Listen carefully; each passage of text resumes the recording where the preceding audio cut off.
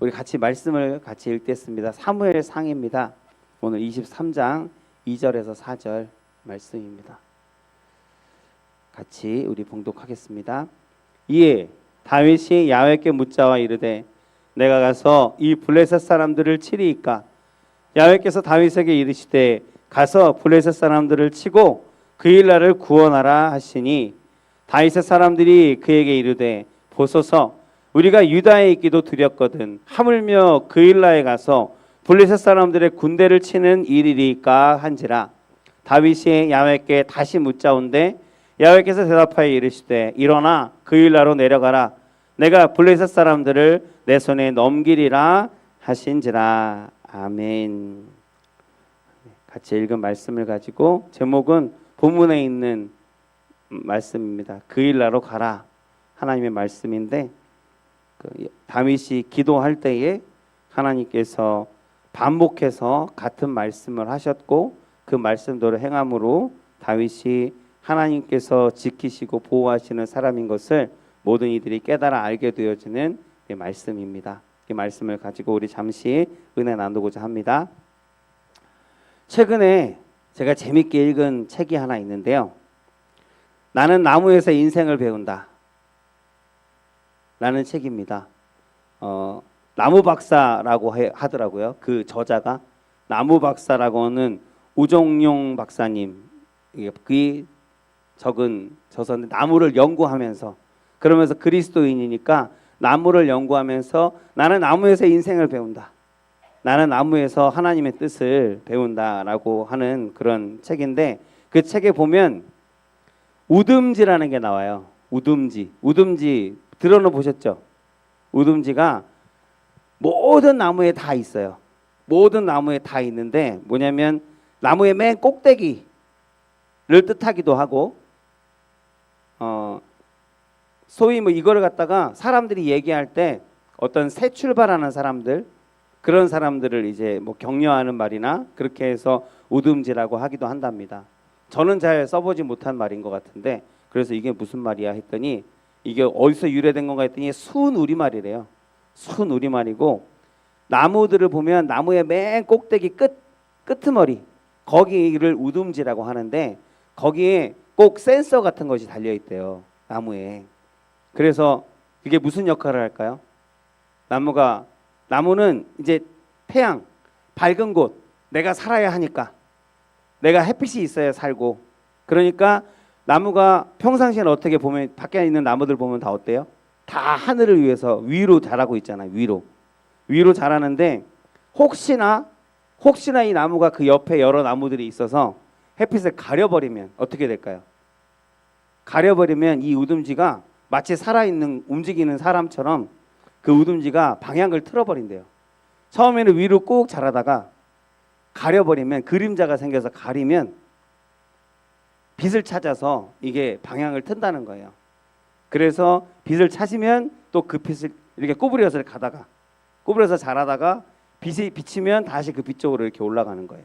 그래서 바깥 나무들을 보면 똑바로 자란 나무들도 있지만 보면 꾸불꾸불하게 자란 나무들도 있잖아요. 그런 나무들은 보통 보면 옆에 좀 무성한 나무들, 큰 나무들이 많은 거예요.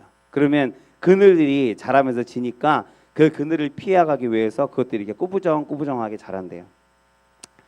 그러면서 무슨 얘기를 하냐면 사람들이 살아가면서 여러 가지 선택들을 하는데 항상 좋은 것만 바른 것만 선택할 수는 없잖아요. 삶의 그늘이 진다고 하는 거예요. 삶의 그늘이 지면 이제 그 그늘을 피해서 빛을 보기 위해서 빛으로 가기 위해서 이제 방향을 트는 것을 선택으로 표현을 하더라고요. 그래서 사람들이 선택을 하는데 선택을 할 때 잘 선택을 하면 좋겠지만 잘못 선택을 할 수도 있잖아요. 근데 많은 사람들이 잘못 선택 물론 그것 때문에 큰 영향을 받을 수 있겠죠. 뭐 때로는 사기를 당하는 것도 그런 일 중에 하나겠죠. 그래서 잘 살다가 뭐 집 두째 셋째 있던 거 한번 확 날려버리고 단칸방으로 들어가면 참 속 상하죠. 그러니까 그 내 편 하나도 없는 것 같고 나는 잠깐 선택을 하나 잘못했을 뿐인데 그것 때문에 온 가족들이 고생을 하는 걸 보면 욕은 하지 않더라도 보고 있으면 마음 아프고 다 나 때문인 것 같고, 그래서 어떤 사람은 그때부터 술을 마시기 시작하고 그냥 나는 인생이 끝난다는 것처럼 그 한 번의 선택으로 막 자기 자신을 망가뜨리고 가정을 망가뜨리고 사람들에게서 떠나게 되어지고 후회하면서 살아가는 사람들이 있더라. 그런 사람들이 많이 있더라. 근데 얘기하는 건 좀 구부러지면 어떠냐는 거예요. 한번 선택을 잘못해서 구부러졌어요. 구부러지면 좀 어때요? 구부러져도 그 나무고, 그 나무는 그 나무고, 달라진 게 아니고 그 나무고, 사람도 마찬가지로 한번 선택을 잘못해서 내가 한번 바닥을 쳤으면 어때요?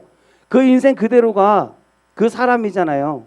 잘못 선택했으면 다음부터 잘 선택하면 되고, 그렇게 어떤 상황, 성경에 보면 하나님께서 우리에게 바라시는 뜻이 있잖아요. 그 뒤에 이어지는 말씀이 은혜가 되더라고요. 구부러져도 나무고, 사람이 실패해도 사람이고, 그 사람을 하나님께서 사랑한다 하셨고, 하나님께서는 그 사람, 그 연약한 것을 다 아시고, 그 사람을 위해서 하나님께서 택하시고 구별하시고 베풀어 주신 죽기까지 십자가의 그 사랑이 그 사람에게 있는데, 그래서 이런 들었다리 저런 들었다리 그 생각도 나던데, 그래서 성경에 보면 우리에게 바라시는 뜻이 뭐예요? 여러분 잘 아는 거? 항상 기뻐하라, 쉬지 말고 기도하라, 범사에 감사하라, 기뻐하고 감사하라. 그렇게 사는 게 하나님의 뜻이다. 그러니까 이런 상황이 됐던 저런 상황이 됐던 내가 선택을 한번 잘못했던 어쨌든 간에 인생이 좀 구부러졌던 간에 그대로 살아내는 것이 하나님의 뜻이고, 그대로 살아내는 것을 그렇게 하나님의 뜻대로 그 상황 가운데서도 감사하고 기뻐하며 살아가는 것이 하나님의 뜻이고, 그 뜻대로 살아가는 자를 하나님께서 기뻐하시고, 그 뜻대로 살아가는 자를 하나님께서 축복하시고, 그 뜻대로 살아가는 것이 하나님의 뜻이고, 그 뜻을 따라가는 그 길 가운데는 분명히 하나님이 계시고 하나님의 선하신 뜻이 계시다고. 그러니까 한번 선택 잘못했다고 거기에 주눅 들지 말고, 소나무 같은 경우는 많이 구부러져 있을수록 비싸다. 근데 우리 인생도 그렇지 않을까 싶어요. 너무 평탄한 길만 가다가 마지막 날에 하나님 앞에 섰어요. 뭐 자랑할 게 있을까요? 그럼에도 불구하고 자랑할 거 없는 인생들이 있는데, 사람들인데도 불구하고 그냥 구부러진 거 하나도 없이 그냥 평탄하게 형통하게만 살다가 하나님 앞에 가면 뭐 하나님 앞에 말할 게 있겠냐고요. 구부러진 인생, 많이 구부러지고 많이 기우뚱하고 그런 인생이 하나님 앞에 갔을 때 하나님 앞에 우리 뭐라고 고백할 수 있을까요? 그 구부러진 인생, 모든 게 다 하나님의 은혜였습니다. 그렇게 고백할 수 있다면 더 감사할 수 있는 삶이고 인생이 아닐까, 이제 그런 이야기들을 책에 기록해 있어서 제가 되게 마음에 와닿는 말로 제가 읽었어요. 근데 오늘 말씀을 보면 세 종류의 사람이 나옵니다. 짧은 얘기인데 짧게 하려고 세 절만 했는데 그 뒤에 그냥 쭉 이야기예요. 하나의 이야기. 그 일날 사람들에 대한 이야기, 그 일날 사람들과의 어떤 뭐 갈등과 거기에 대한 다툼과 어떤 그런 배신 뭐 이런 것들로 나오는데, 그런 이야기들인데, 여기 이야기를 보면 세 가지의 사람이, 세 부류의 사람이 나오는데, 첫 번째 사람은 합리적인 사람이에요. 그리고 두 번째 부류의 사람은 이기적인 사람이에요. 그리고 세 번째 사람은 하나님께 묻고 구하는 사람이에요. 이 세 가지의 사람이 나와요. 그래서 여러분, 합리적이기만 하면, 사람이 합리적인 사람은 항상 어떤 합리적이니까, 이성적이니까, 그럼 그걸로 판단해서 아마 좀 상황 파악이나 어떤 상황이 주어졌을 때 거기에 대해서 파악은 잘 할지 모르겠어요. 그래서 만약에 그렇게 파악을 해서 내가 감당할 수 있는 일이면 지혜롭게 잘 감당하고 넘어갈 수 있을 것 같아요. 그러나 그 합리적인 사람이 자기가 해석해 봤더니 아 이건 안 돼. 이거는 불가능해. 이건 내 힘으로는 안 돼. 라는 그러한 판단이 서게 되면 그런 상황에 닥치면 내가 내 힘으로 감당할 수 없는 그런 상황을 닥치면 그 사람은 아무것도 할 수 없는 방황할 수밖에 없는 그런 사람이 합리적인 사람이다라는 거예요. 그래서 세상에서 우리는 다 합리적이고 다 이성적이에요. 그러나 그렇게 어떤 내 지식과 내 힘에 의지해서 판단해서 살아가는 것은 우리는 우리 인생이라는 게 그렇게 만만치 않잖아요. 항상 우리를 넘어뜨리려고 하는 악한 영들의 공격들이 있어요. 영적인 전쟁도 영적인 것도 그렇고 우리 육적인 것도 마찬가지예요. 삶이 항상 우리가 감당할 수 있는 감당할 만한 넉넉히 감당할 만한 그런 상황만 오는 것은 아니라는 거예요. 오히려 그렇지 못한 상황들이 더 많죠. 그래서 때로는 가슴이 두근두근하고 두렵고 무섭고 겁나고 때로는 좀 황당하고 무기력해지는 그러한 일들을 많이 경험하잖아요. 그래서 우리가 합리적으로만 산다는 것이 세상에서는 지혜로운 것 같지만 그것이 정답은 아니라는 거. 그리고 두 번째로 이기적인 사람. 이기적인 사람은 내 유익만 따지니까 그래서 내가 이득이 되어지면 취하고 내게 이득이 되지 않은 버리는 한마디로 그래서 때로는 사람들을 배신하고 배반하는 일들도 서슴지 않고 할 수 있는 사람들 그런 부류가 두 번째 사람이고 그러나 마지막으로 하나님께 묻는 사람 하나님께 묻는 사람은 어떤 상황이 와도 그 상황에 지배받지 않는다는 거예요. 저 얼굴 빨개졌죠? 갱년기 히터 때문에 네, 제가 기관지가 좀 약해서 한번 이렇게 열이 확 올라오면 안 내려가요. 아까 울 뻔해갖고 그렇잖아요. 네. 그래서 세 번째 하나님께 기도하는 사람 하나님께 기도하는 사람은 어떤 상황이 와도 그 상황을 나는 지배하지 못하지만 그 모든 상황과 문제를 지배하시는 분이 있잖아요. 지배하실 수 있는 능력이 있는 분이 있잖아요. 그분에게 묻는 거예요. 그렇기 때문에 그분에게 묻고 그분 앞에 엎드리면 나는 그 상황을 통제하지 못하더라도 그것을 통제하시는 분께 나의 짐을 언제든지 맡길 수 있는 사람이기 때문에 어떤 상황 가운데서도 평안할 수 있고 기뻐할 수 있는 사람이라는 거예요. 그것이 오늘 말씀드리고 싶은 주제예요. 그러면 우리는 어떤 사람이 되어야 할까? 답은 나왔잖아요. 그러면 한번 이 말씀을 가지고 다시 한번 은혜를 나누려고 합니다. 첫 번째 합리적인 사람들이 오늘 성경에 나옵니다. 그래서 오늘 말씀의 배경을 보면 다윗이 지금 사울 왕에게 쫓겨다니는 상황이죠. 그일라 그 지역까지 온 이유가 있어요. 쫓겨다니다가 거기까지 온 거예요. 그게 바로 블레셋하고 가까이 있는 곳이에요. 그러니까 다윗이 사울 왕에게 자기 편이었잖아요.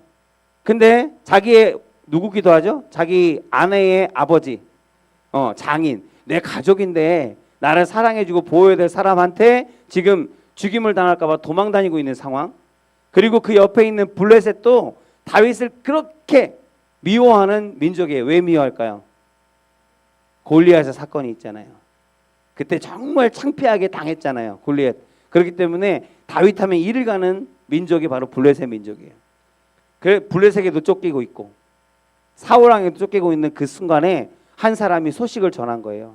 소식을 전했는데 어떤 소식이냐면 그일라 예전에 다윗이 한번 싸워서 그들을 보호해주고 살려줬던 그일라라는 지역의 사람들이에요. 근데 그 그일라라는 지역에 블레셋이 쳐들어왔다는 거예요. 먹을 것, 식량이라든가 이런 것들, 가축이라든가 이런 것들을 빼앗으려고 쳐들어왔다는 거예요. 그 소식을 다윗에게 누군가가 전해주었어요. 왜 전해줬을까요? 구해달라고. 예전에 한번 구해줬지 않습니까? 당시에 한번 은혜를 베풀지 않았습니까? 그 은혜를 받은 그 백성들이 지금 위태합니다. 다시 죽게 생겼습니다. 그러니까 다시 한번 도와달라고 다윗에게 찾아왔어요. 근데 다윗의 상황은 어때요? 지금 쫓기고 있어요. 도망하고 있어요. 숨어 있는 거예요. 자기가 있는 위치를 들키면 좋을 게 하나도 없죠. 그런 상황인데 지금 그 일날을 구출해 달라고 하는 건 군대를 일으켜서 자기 주변에 있는 자기 부하들 같이 모여 있는 사람들과 군대를 조직해서 지금 가서 블레셋을 몰아내야 되는 거예요. 근데 그 블레셋도 다윗을 보면 일을 가는 사람들이고, 그러니 가면 싸움이 쉽지 않을 것이고, 그러면 싸움이 커지면 소문이 날 것이고, 그러면 사울이 지금 이잡듯이 주변을 뒤지고 있는데 저쪽에서 우당탕 우당탕탕탕탕 소리가 나는데 거기 다윗이 지금 블레셋과 싸우고 있더라. 그러면 뭐 당장에 쫓아오겠죠. 그러면 지금 위태로운 이런 상황인데, 이런 상황에 여러분 다윗이라고 하면 여러분들 어떻게 하면 좋겠어요? 그 일날에 좀 도와주세요 하는데, 지금 상황 여러분들이 다윗과 같은 상황이라면 거기서 우리처럼 생각하는 사람들이 옆에 있는 거예요. 도망자의 신세인데 내 코가 석자잖아요. 지금 나는 지금 숨어야 돼요. 되도록이면 안 들키고 숨어야 돼요. 지금 맞부딪히면 이길 수가 없어요. 왜냐하면 한 나라의 왕이고 그 왕의 군대들이고 자기들은 오합지졸들이 지금 모여있는, 싸움이 안 돼요. 정면으로 붙으면 피해야 되는 상황인데, 근데 지금 군대를 일으켜서 도와달라. 주변에 합리적인 사람들이 굉장히 많았어요. 그래서 아니 무슨 말도 안 되는 얘기입니까? 지금 여기 숨어 있는 것만으로도 우리는 벅차요. 지금 여기 그냥 있는 것만으로도 우리는 힘든데 무슨 군대를 일으켜서 도와달라는 건 말이 안 되는 얘기입니다. 거절하십시오. 거절하는 게 맞습니다. 그때 이게 여기 나오는 이렇게 얘기했어요. 한번 읽어보시고요. 그래서 블레셋 사람들이 군대를 치는 일이니까 도저히 안 되는 일입니다. 말도 안 되는 일입니다. 라고 하는데, 문제는 뭐냐면, 여기서 문제는 뭐냐면 하나님의 뜻과 이 합리적인 사람들의 뜻이, 생각이 달랐다는 거예요. 우리가 합리적으로 생각하고 이거는 지혜롭게 선택한 거야, 이게 맞아, 누구라도 다 얘기하면 그게 맞다라고 얘기하는데 그게 하나님의 뜻과 생각과 다를 수 있다는 것, 우리는 그것을 기억해야 돼요. 100명이 다 옳다고 해도 하나님이 아니라고 하는 일이 있더라고요. 실제로도. 그래서 합리적이긴 했지만 하나님의 뜻과는 다른 의견들을 냈고, 그리고 그런 일들이 성경에도 여러 번 기록되어 있는데, 여러분 사도행전에도 보면 사도 바울이 예루살렘으로 다시 올라가겠다고 하잖아요. 돌아가겠다고 하잖아요. 그때 주변에서 여러 사람들이 환상을 봤어요. 근데 그게 환상이 하나님께서 보여주신 건지는 모르겠어요. 환상을 봤는데 뭐가 있어요? 바울이 묶여서 붙잡혀갖고 감옥에 갇혀있는 그런 환상을 본 거예요. 그래서 되게 이렇게 했나 봐요. 그랬더니 그 환상을 보고 나서 사람들이 바울이 예루살렘으로 가겠다니까 안 됩니다, 안 됩니다. 당신은 가면 붙잡혀요. 당신은 가면 줄에 묶일 거예요. 포박이 될 거예요. 감옥에 갇힐 거예요. 고문을 당할 거예요. 라고 하는 거예요. 그 말에 그렇다요. 가면 안 된답니다. 가면 안 돼요. 여기 계세요. 근데 바울이 뭐라고 하냐면 나 묶이려고 가는 거예요. 나 감옥에 갇히려고 하는 거예요. 그렇게 해서라도 하나님의 복음이 전하여질 수 있다면 나는 기꺼이 그 고난인 줄 알지만 나는 그 길을 가는 것을 주저하지 않겠습니다. 바울이 그렇게 얘기했던 건 오늘 말과 같이 바울은 하나님 앞에 기도하는 사람이었고 사명자였고 그 사명을 이루기 위해서 자기 목숨까지도 아끼지 않는 그런 사람이었고, 주변에는 많은 바울을 사랑하는 사람들이 있었어요. 그 사람들을 합리적으로 생각하고 지혜롭게 생각하고 그들의 생각으로는 절대로 안 되는 것을 하나님께 기도하는 기도의 사람은 된다라고 하고 갔어요.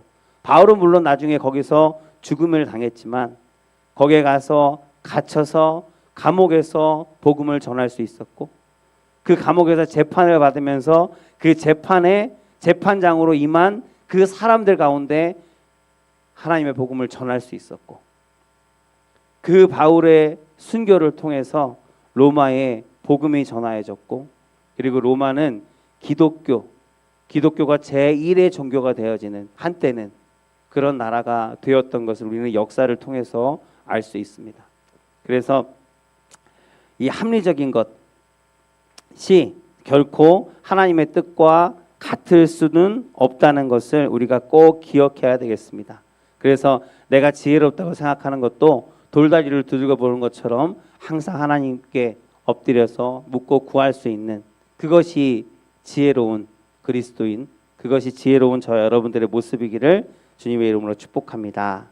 그래서 두 번째 사람은 이기적인 사람이에요. 아까 얘기했던 다윗이 그 어려운 상황에도 그일라로 가서 그들을 구해요. 군대를 일으켜요. 그래서 그들을 구해줬는데, 그러면 얼마나 감사하고 고마운 일에 죽게 되는데, 자기 신양들 다 뺏기고 나면 굶어 죽든지 맞아 죽든지 둘 중에 하나인데, 죽을 사람들을 지금 살려줬단 말이에요. 은혜를 베풀었단 말이에요. 근데 이 그일라 사람들이 다윗을 사울에게 고발해요. 그일라 사람들이, 구원받은 사람들이. 왜요? 왜일까요? 왜냐하면 다윗이 그들을 구해줬다는 얘기를 사울이 들으면, 사울 왕이 들으면 혹시라도 그들에게 해코지 할까 봐, 그래서 그 해코지 당하게 두려워서 사울에게 자기들이 직접, 은혜 받은 사람들이 직접 가서 고발을 하고 다윗을 배반하는 일들이 나옵니다. 근데 그일라가 왜 배신을 했느냐? 한마디로 첫 번째는 욕심. 사람이 보통 배신하는 경우는 욕심이에요. 첫 번째는 욕심, 두 번째는 생존 본능이에요. 내가 살아야 되니까. 근데 이 그일라 사람들은 후자일 거예요. 자기 마을, 자기 가정, 내 가족, 그들을 구해달라고 다윗에게 요청을 했지만 다윗이 떠나가고 나면 다윗보다 더 힘센 사울 왕이 그 뒤에 있는데, 그들에게서 내 가족을 또 지켜야 하고 내 목숨을 지켜야 하고 내 삶을 지켜야 하거든요. 그러니까 살아남기 위해서 누군가를 배신하고 또 다윗을 배신하게 된 겁니다. 도시는 무엇으로 사는가 라고 하는 홍익대 교수님이 누구더라? 유현준이라는 박사님의 이분이 쓴 책이 있네. 도시는 무엇으로 사는가. 혹시 드라마 제목 같지 않나요? 노래 제목 같기도 하고. 근데 도시는 무엇으로 사는가, 그분이 그 책 안에 이런 얘기를 하는데, 도시가 세워지고 사람들이 살아가면서 처음에는 다 따로따로 핵으로 살다가 점점점 사람들이 모였어요. 모여서 문명을 이루고, 처음에는 마을을 이루었다가 부족 사회였다가, 그러면서 점점점 그 마을이 규모가 커지면서 이제는 도시가 된 거예요. 한마디로 사람들이 계속 모여서 세력들을 키워가고 있어요. 왜 그럴까? 도시가 세워지고 문명이 세워지고 사람들이 이렇게 집단으로 모여서 살게 되어진 이유가 뭘까? 따로 살면 얼마나 편해요. 온갖 사람들이 만나고 그 사람들하고 서로 맞춰서 살아야 되고 얼마나 불편해요. 마음에 들지 않는 사람하고도 같이 살아야 되고. 여러분 직장 생활만 잠깐 해봐도 알잖아요. 그거 싫어갖고 프리랜서로 사는 사람들 많이 있잖아요. 그런데 왜 사람들은 그럼에도 불구하고, 별의별 사람들이 많은데도 불구하고, 그럼에도 불구하고 모여서 살려고 하고 도시에서 살려고 하는가? 이 박사님이 연구하고 얘기한 건, 그것은 바로 생존 본능 때문이다. 사람의 본능인데 살려고 하는 욕구 때문이다. 그래서 사람이 많은 곳에서 모여서 살면, 부락을 이루어서 살면, 그러면 더 살 수 있는 확률들이 높아진다. 그래서 사람들은 살기 위해서 모여서 산답니다. 그일라의 사람들의 마음이 이해가 가기는 하지만, 은혜를 입었는데 은혜를 원수로 갚는 것은 좀 그래요. 근데 우리가 모여서 이렇게, 우리도 모여서 예배드리잖아요. 우리가 모여서 예배드리는 게, 우리가 모이는 게 살려고 모이는 건가요? 생존 본능 때문에 모이는 건 아니잖아요. 그래서 신명기 17장을 보면 이스라엘의 왕들에게 하나님께서 부탁을 하십니다. 17장에는 무슨 얘기가 있냐면, 다 아시는 것처럼 이 이스라엘이 우리에게도 왕을 주십시오. 우리에게도 다른 민족들이랑 지금 싸우면서 하나님께서 싸워서 우리에게 힘을 주셔서 이기긴 했지만, 하나 볼 때마다 겁이 나고, 그리고 걔들 앞에 나가서 막 멋지게 막 몸을 치장해 갖고 왕이라고 하는 그런 사람을 보면 너무 멋있고, 그런 사람이 우리한테도 있으면 우리가 더 힘이 있는 나라가 될 것 같고 우리가 더 안전할 것 같아요. 그러니까 보여지는 왕, 사람으로서의 왕을 우리에게 달라고. 그래서 하나님께서 내가 마음에 들지는 않지만 너희가 가나안에 들어가게 되면 틀림없이 왕을 내게 달라고 구할 것이고, 그래서 내가 원하는 건 아니지만 너희가 원하니까 왕을 줄 거야. 신명기에서 그런 얘기가 나오는 거거든요. 그래서 주긴 줄 건데 조건이 있다. 조건이. 그래서 첫 번째 조건이 뭐냐면 반드시 내가 하나님께서 택한 자를 왕으로 세울 것. 너희들이 보기에 좋다고 세우는 것이 아니라 하나님께서 기름 붓고 택한 자를 반드시 왕으로 세울 것. 그리고 거기에 그렇게 하겠다 했는데 그 뒤에 이어지는 내용들이 솔직히 받아들이기 힘든 내용들이에요. 어떤 내용이냐면 마병, 군사를 많이 두지 마라. 전쟁에 나가기 위해서 타고 다닐 그런 군마들을 많이 세우지 마라. 마차들을 세우지 마라. 많이 만들지 말라. 그게 첫 번째 조건이었고요. 두 번째 조건은 아내를 많이 두지 말라. 그때 아내를 많이 뒀나 봐요. 세 번째, 은금을 많이 가지지 말라. 이렇게 세 가지 조건을 하나님께서 왕을 세울 때 왕에게 부탁하신 거예요. 왕에게. 너 군대 많이 만들지 마. 근데 이거 여러분 한번 바꿔서 생각해 보세요. 나라가 세워지고 나라의 왕이 세워졌어요. 그러면 그 나라가 군대가 없다. 그러면 그 나라가 부강할 수 있을까요? 부흥할 수가 없잖아요. 그냥 그렇게 있어야지. 어디를 정복해서 땅을 넓힐 수 있는 것도 아니고. 그게 하나님만을 구하라는 하나님의 뜻이기도 했을 것 같은데, 그렇게 군대 많이 만들지 마. 군대를 더 증가시키지 마. 왕에게 그렇게 설명하고, 그 다음에 두 번째는 아내를 많이 두지 마. 아내를 두는 건, 왕에게 아내를 둔다는 건 뭘까요? 정략결혼 얘기하는 거거든요. 지금도 많이 행해지고 있는.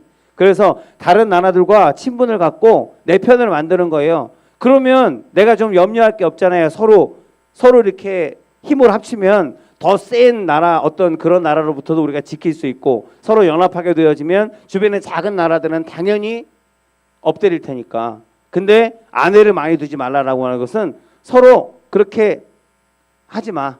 정략적으로 맺지 마. 전략적으로 서로 그렇게 유대관계를 갖지 말라고 한 거예요. 그것도 마찬가지로 나라가 부흥하는 데는 전혀 도움이 안 되는 말이고, 그리고 세 번째는 은금을 많이 가지지 마. 돈 너무 많이 쌓아놓지 마. 나라가 부흥하려면 이게 있어야죠. 이게 있어야지 모두 세우고 뭐 하고 넓히고 할 거 아니에요. 근데 한마디로 얘기해서 이 모든 건 뭐냐면, 이대로 한다 그러면 이 나라는, 이스라엘이라는 나라는 절대로 더 커질 수 없어요. 부흥할 수 없어요. 근데 하나님께서 그렇게 조건들을 걸어 주셨어요. 그래서 마병을 많이 두지 말라고 했지만 우리의 입장에서 하나님께서 네 힘을 너무 키우지 마. 우리한테 얘기하시는 거예요. 이스라엘에게 하시는 얘기가 우리에게 하는 얘기예요. 너희들 자신의 힘을 너무 키우지 마. 내 힘이 너무 커버리면 내 힘만 의지하니까. 그리고 내 힘이 커버리면 힘이 약한 사람들을 무시하고 교만하게 되어지니까. 그러면 하나님을 찾지 않게 되니까. 우리에게 주시는 말씀이거든요. 그리고 두 번째, 근데 우리는 그렇게 말씀하셨는데도 내가 살아야 되기 때문에 그렇게 생각하고 마병을 많이 두고 내 힘을 점점점 키우고 높은 데로 올라가려고 하고 은금을 많이 가지지 말라고 했었는데, 너무 부유하면 마찬가지로 부유한 게 절대 축복이 아니잖아요. 야베스의 기도처럼 너무 부유하게도 마시고, 그래서 내가 교만하지 않게, 내가 너무 가난하지도 않게 하시고, 그래서 내가 낙심하고 절망하지 않게. 그게 제일 좋은 것 같아요. 항상 여러분들도 항상 느끼죠? 하나님께서 사랑하는 자에게는 복을 넘치도록 주시는데 우리가 생각하는 복이 아닙니다. 막 통장에 막 잔고가 막 넘쳐나갖고 은행장 가면 막 엎드리고 막 그런 경험들 하나 안 해보셨죠? 여러분들 하나님이 그렇게 사랑하시는 거예요. 교만하지 않게 하시려고 적당히 주시는 거예요.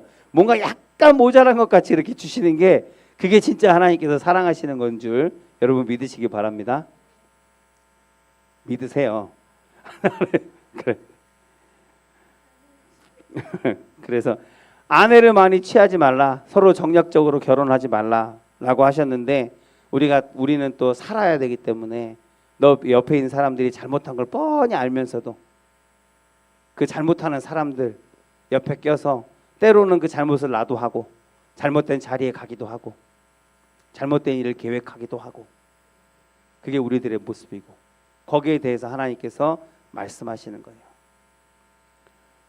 하나님을 우리의 왕으로 온전히 모시고 하나님의 통치하심 아래서 살아간다고 하면 이런 조건들은 필요가 없겠죠. 근데 우리가 하나님을 가장 높은 곳 나의 온전한 왕으로 모시지 못하고 내 안에 여전히 또 다른 왕, 또 다른 우상들을 날마다 섬기면서 살아가고 있기 때문에 하나님께서 이렇게 말씀하시는 것이고 이 말씀하시는 것조차도 그 하나님의 뜻을 그 사랑을 우리가 온전히 알지 못하고 날마다 그것을 어기면서 살아가고 있는 게 우리의 모습은 아닌지 한번 이 말씀을 통해서 돌아보기를 원합니다. 솔로몬은 왕이 되었어요. 근데 결국에는 하나님을 배반합니다. 이 모든 조건들을 솔로몬은 다 어깁니다. 지혜로운 왕이라고 했지만 결국에는 그렇습니다. 솔로몬의 아내가 얼마인지 모르겠고 하여튼간 많았고 은금 물론 하나님께서 축복하여 주셨지만 아마 이스라엘에서 가장 부유했던 왕이 아니었을까. 그래서 솔로몬은 결국은 그 모든 하나님의 조건들을 기억하지 못하고 하나님을 배반함으로 그 조건들을 어김으로 솔로몬은 하나님께로부터 돌아서서 좋은 평가를 받지 못하는 왕으로 끝내는 그렇게 기록되고 있어요. 근데 우리가 신앙생활을 제대로 할수록 주변에 이기적인 사람들 때문에 배신당하고 배반당하고 손해보는 일들이 많아질 겁니다. 신앙생활을 제대로 할 때 우리가 신앙생활을 제대로 하면 할수록 우리는 조금씩 더 이타적 내가 아닌 남을 위해 베풀고 나누는 삶을 살게 되어지고 그리고 우리가 신앙생활을 제대로 하면 조금 덜 이기적인 덜 나만 알지 않는 그런 사람이 된다라는 것입니다. 그래서 결국 나의 생존 본능 때문에 하나님을 배반하지 않는 그런 존재가 그일라의 사람들처럼 내가 살아야 하니까 어쩔 수 없습니다 라는 그런 핑계를 하나님 앞에 대지 않으려면 하나님 앞에 섰을 때 어쩔 수 없었어요 라는 그런 말 하지 않으려면 나의 어떤 번영, 나의 부귀영화, 잘되고 높아지고 성공하는 것 그런 것들에 눈 돌리지 말고 하나님을 붙잡을 수 있는 오직 하나님만을 붙잡을 수 있는 하나님의 말씀을 다른 어떤 것보다도 우선하여서 그 말씀을 기준으로 삼고 살아가는 그러한 신앙이 그러한 믿음이 저와 여러분들에게 있어야 됨을 하나님께서 오늘 말씀 통해서 또한 다시 한번 얘기하시는 줄로 경고하시는 것을 여러분 기억하시기 바랍니다. 그리고 마지막 세 번째 바로 기도하는 사람이에요. 기도하는 사람. 합리적인 사람은 기도하지 않습니다. 왜냐하면 내가 판단한 게 맞다고 생각하니까 내가 선택한 게 옳다고 생각하니까 기도할 이유가 없죠. 이기적인 사람 기도하지 않습니다. 자기 생존 본능에 이끄는 대로 내 욕심에 이끄는 대로 내가 유익이 된다는 것 그게 기준이지 하나님이 기준이 아니기 때문에 내 기준대로 사는데 왜 하나님 앞에 엎드리고 기도합니까? 사울왕을 보면 사울왕이 다윗이 그일라에 왔다는 소식을 그일라 사람들에게 들어요. 그러고 나서 뭐라고 얘기하냐면 하나님께서 이 다윗을 이 나쁜 놈을 내 손에 넘기셨다. 이제 다윗은 죽었다. 그렇게 고백하는 것이 성경에 나옵니다. 이게 우리가 하는 실수예요. 뭔가 잘 되어지면 하나님께 안 물어봅니다. 좋은 일이 있으면 하나님께 물어보진 않아요. 이게 정말 좋은 일인지 물어보는 사람은 없어요. 나쁜 일이 생기면 하나님 왜 이런 일이 생기는 거예요? 물어보는 사람은 있어도 뭔가 좋은 일이 있으면 하나님 앞에 물어보는 사람 없습니다. 아싸 하는 거죠. 그냥 감사합니다 하는 거죠. 이게 무슨 뜻입니까? 라고 물어보는 사람은 없는 것 같아요. 기도하지 않는데 저에게 이 말씀을 준비하면서 기도하지 않는데 목회가 잘 되고 기도하지 않는데 돈이 들어오고, 기도하지 않는데 성공 가도를 달리고, 내가 기도하지 않는데 아무 문제가 없는 것 같다. 그러면 그 사람은 지금 굉장히 위험한 상황에 있는 것을 우리가 기억하시기 바랍니다. 하나님의 마음에 합한 자 다윗은 기도합니다. 그래서 마지막으로 하나님께 묻고 기도하는 사람, 주변에 합리적인 사람들이 많아서 절대로 그 일날을 도우면 안 됩니다. 지금 우리가 얼마나 위태로운 상황인지 모릅니까? 근데 그 말도 들어보니까 맞는 것 같아요. 그래서 그 맞는 것 같은데, 근데 그 자리에서 여러 사람이 다 그렇다고 하니까 그럼 그렇게 하자, 가지 말자 할 수도 있는데 그 자리에서 하나님 앞에 엎드립니다. 그래서 하나님께 구합니다. 다윗의 사람들이 그에게 이르되 3장 3절 보소서 우리가 유대에 있기도 두렵거든 하물며 그 일에 가서 블레셋 사람의 군대를 치는 일이니까. 이 맞는 얘기를 하나님께서 4절 바로 다윗이 여호와께 다시 묻자온대 이렇게 기록돼요. 그 말씀이 떨어지자마자 사람들의 그런 말들을 듣자마자 다윗은 하나님 앞에 엎드립니다. 그래서 야훼께서 대답하여 이르시되 일어나 그 일나로 내려가라. 내가 블레셋 사람들을 내 손에 넘길 것이다. 그리고 그 일날 사람들이 배반했을 때 그때도 다윗은 하나님 앞에 엎드립니다. 다윗이 이르되 그 일날 사람들이 나와 내 사람들을 사울의 손에 넘기겠습니까? 하니 야훼께서 이르시되 그들이 너를 넘길 거야. 그런 다윗은 끝까지 모든 상황 가운데 하나님을 찾았고 하나님 앞에 엎드렸고 그런 다윗을 하나님이 도우십니다. 결론입니다. 다윗이 광야의 요새에도 있었고 14절 또 십광야 산골에도 머물렀으므로 사울왕이 매일매일 다윗을 찾되 하나님이 그의 손에 넘기지 아니하시니라. 이렇게 나와요. 다윗이 잘 피해 다닌 줄 알았는데 다윗이 잘해서 다윗이 지혜로워서 잘 피해 다닌 것이 아니었음을 말씀하고 있는 거예요. 다윗이 잘한 것이 아니라 다윗이 잘 도망다는 것이 아니라 하나님이 사울왕이 다윗을 찾지 못하도록 도우셨다라고 성경은 기록하고 있습니다. 그렇구나. 하나님이 내 삶을, 내 문제를, 그리고 내 상황을 주장하고 계시는구나. 붙들고 책임지고 계시는구나. 제가 이 말씀을 묵상하면서 다시 한번 깨달은 것입니다. 지금 당장은 내게 무겁고 불편하고 뭔가 꽉 막히는 상황일지라도 하나님이 맡아주시면, 하나님이 붙들어 주시면 반드시 풀어지고 해결될 줄로 믿습니다. 사랑하는 성도 여러분, 우리 14절 말씀, 이 말씀, 하나님께서 사울이 다윗을 보지 못하도록, 발견하지 못하도록, 찾지 못하도록 도우셨더라. 이 말씀을 기억하고 이 말씀 붙들고 살아가는 저와 여러분들 되시기를 주의 이름으로 축복합니다. 하나님의 손에 내 인생이 달려 있구나. 하나님께서 내 인생을, 내 삶을 붙들고 계시는구나. 그것을 우리가 믿음으로 고백할 수 있는 저와 여러분이라고 하면 시편 121편 마지막입니다. 아까 처음에 읽었던, 같이 읽어드릴게요. 내가 산을 향하여 눈을 들리라. 나의 도움이 어디서 올꼬? 나의 도움은 천지를 지으신 야훼에게서로다. 야훼께서 너를 실족하지 아니하게 하시며 너를 지키시는 이가 졸지 아니하시리로다. 아멘. 하나님이 보셨다. 하나님이 아신다. 아까 처음에 얘기했던 우둠지처럼, 우둠지 뭐만 보고 가요? 빛만 보고 가요. 하나님만 바라보며 살면 된다라는 것입니다. 그래서 더욱 기도하시기 바랍니다.